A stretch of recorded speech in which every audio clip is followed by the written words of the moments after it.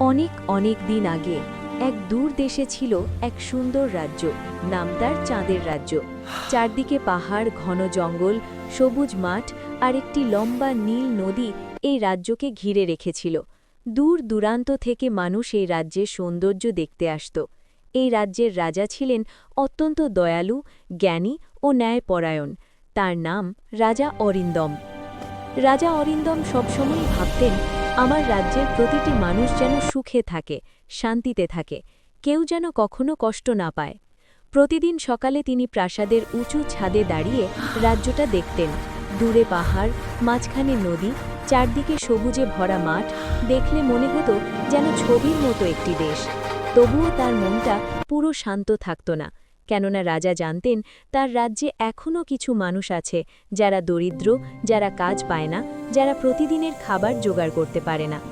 একদিন তিনি ভাবলেন, আমি তো সব খবর শুধু মন্ত্রীদের মুখে শুনি, কিন্তু আমি নিজে কি কখনো মানুষের কাছে গিয়ে জিজ্ঞেস করেছি, কখনো দেখেছি তাদের আসল অবস্থা?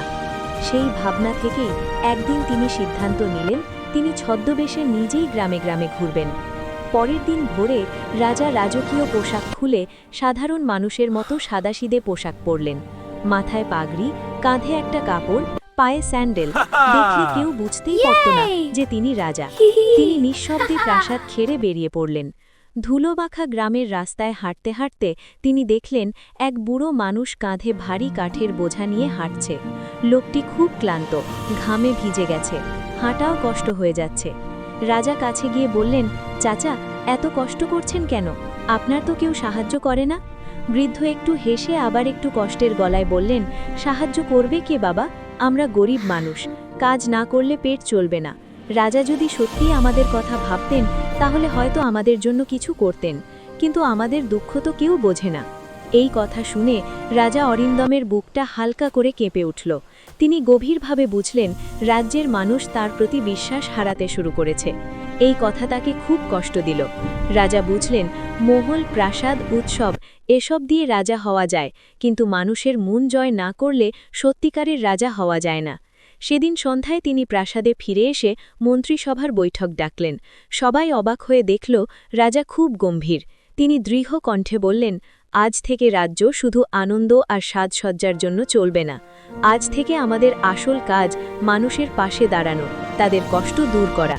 যে রাজা প্রজার দুঃখ বোঝে না, সে কখনো সত্যিকারের রাজা হতে পারে না।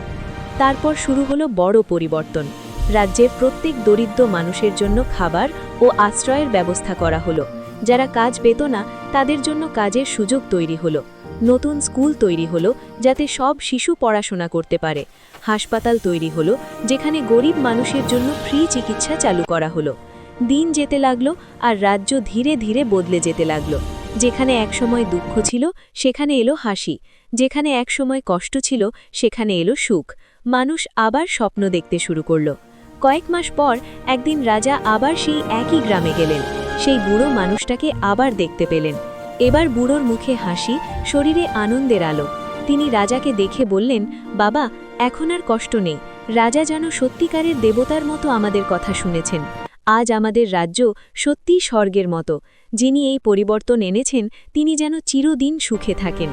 রাজা চুপ করে দাঁড়িয়ে রইলেন। তিনি শুধু মৃদু হেসে মাথা নাড়লেন, কিন্তু নিজের পরিচয় প্রকাশ করলেন না, কারণ তিনি জানতেন রাজমুকুট সোনা দিয়ে নয়, মানুষের ভালোবাসা দিয়েই সবচেয়ে বেশি ঝকঝকে হয়। এরপর থেকেই রাজা অরিন্দম আরও বেশি দয়ালু, আরও বেশি ন্যায়পরায়ণ হয়ে উঠলেন। আর তার রাজ্য হয়ে উঠল সুখ, ভালোবাসা আর ন্যায়ের রাজ্য।